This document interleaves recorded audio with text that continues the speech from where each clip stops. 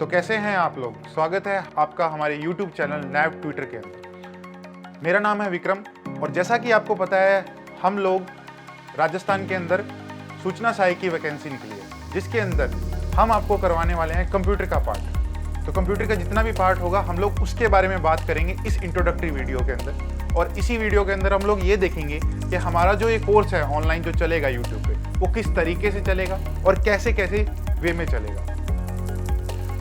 सबसे पहले तो ये है कि हमारे पास में सूचना सहायक में कंप्यूटर के अंदर बहुत सारी ऐसी चीज़ें हैं जो प्रैक्टिकल बेस है, ना कि थ्योरेटिकल बेस है। थ्योरी की बात करें तो थ्योरी के अंदर बहुत सारी चीज़ें आती है पेपर के अंदर, लेकिन प्रैक्टिकल बेस पे ज़्यादा क्वेश्चन पूछे जाते हैं रिगार्डिंग थ्योरी के।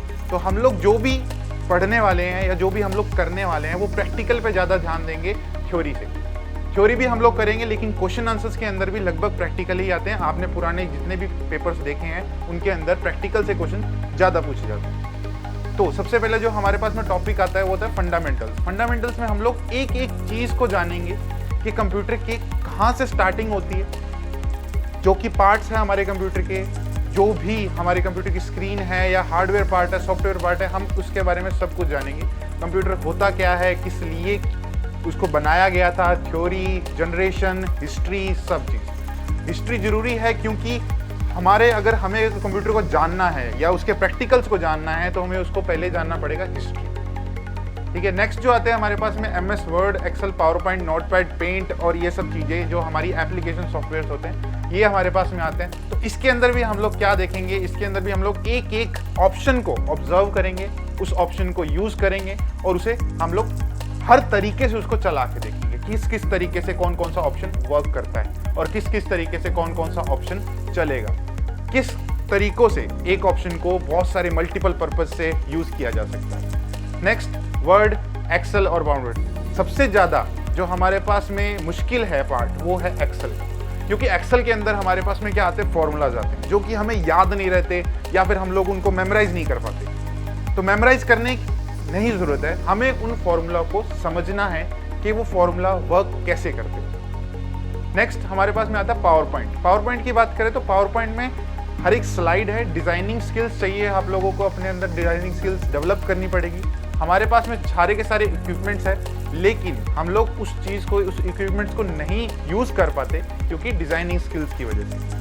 ठीक है। नेक्स्ट बात करते हैं हम लोग नेटवर्किंग की, इंटरनेट की। देखो, हर किसी को पता है कि इंटरनेट क्या होता है, हर किसी को पता है कि नेटवर्क क्या होता है, लेकिन इंटरनेट आप सब लोग चलाते हो, लेकिन उसके अंदर भी एक प्रॉब्लम ये है कि आपको ये नहीं पता कि इंटरनेट वर्क कैसे करता है। और यही हमारी कमज़ोर कड़ी होती है जिसमें हम लोग पेपर में रह जाते हैं। कंप्यूटर सभी को आता है, लेकिन सवाल ऐसा कोई पूछ लिया जाता है कि जो सवाल हम लोगों को पता नहीं होता, वो भी प्रैक्टिकल से क्वेश्चन आ जाता है।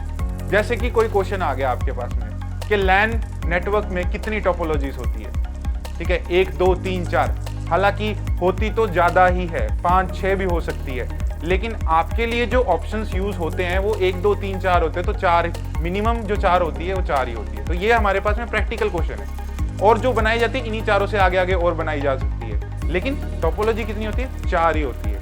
ठीक है, ये हमारा नेटवर्किंग का क्वेश्चन होता है। अगर इंटरनेट की बात करें तो इंटरनेट पे आपसे पूछ ही लेता है तो सोशल मीडिया मार्केटिंग में निम्नलिखित में से कौन सा एक ऐसा ऑप्शन है जो सोशल मीडिया में आता है। तो आप लोग क्या बोलोगे, सोशल मीडिया के अंदर कौन कौन से आते हैं? आपको सबको पता है, फेसबुक होता है, इंस्टाग्राम होता है, लेकिन फिर भी कहीं ना कहीं कुछ नई एप्लीकेशंस भी आ जाती है जिसके बारे में आपको नहीं पता होता। तो हम लोग उन नई चीज़ों के बारे में बात करेंगे। नेक्स्ट जो हमारे पास में टॉपिक आता है वो आता है C++ या प्रोग्रामिंग लैंग्वेज की बात करते हैं। प्रोग्रामिंग लैंग्वेज के अंदर सबसे बड़ी प्रॉब्लम क्या होती है, हम लोग लॉजिकली नहीं सोच पाते। कंप्यूटर को लॉजिक्स चाहिए, कंप्यूटर को इंस्ट्रक्शन देने के लिए लॉजिक्स चाहिए। ठीक है, तो हम लोग वो लॉजिकली नहीं सोच पाते, इसीलिए हम लोग प्रोग्रामिंग लैंग्वेज करते हैं। अब प्रोग्रामिंग लैंग्वेज से होता क्या है, करने से क्या क्या चीज़ें होती है, एक तो आपकी स्किल है वो इम्प्रूव होती है, एक आप प्रॉब्लम सॉल्विंग करना सीख जाते हो कि यार प्रॉब्लम सॉल्व कैसे की जाती है, किस किस तरीक़ों से प्रॉब्लम सॉल्व हो सकती है, ये आप लोगों को पता लग जाता है किससे, प्रोग्रामिंग स्किल से। ठीक है, तो नेक्स्ट उसके बाद में आ जाता है हमारे पास में C लैंग्वेज। एक C लैंग्वेज एक बेसिक लैंग्वेज है जो प्रोग्रामिंग लैंग्वेज में सबसे ज़्यादा स्टार्टिंग की गई थी, C लैंग्वेज। उससे पहले B भी आई है, A भी आई है, लेकिन अभी के हिसाब से देखा जाए, न्यू जनरेशन के हिसाब से देखा जाए तो C एक बेसिक लैंग्वेज है जिसके अंदर हम सारी प्रोग्रामिंग टेक्निक्स के बारे में समझ सकते हैं, सीख सकते हैं। नेक्स्ट जो हमारे पास में और भी कंप्यूटर के इसके अंदर और भी चीज़ें जो आती है वो ये है कि हम लोग उसके अंदर डेटा क्या होता है, इंस्ट्रक्शंस क्या होते हैं, इंस्ट्रक्शन पहुंचता कैसे है।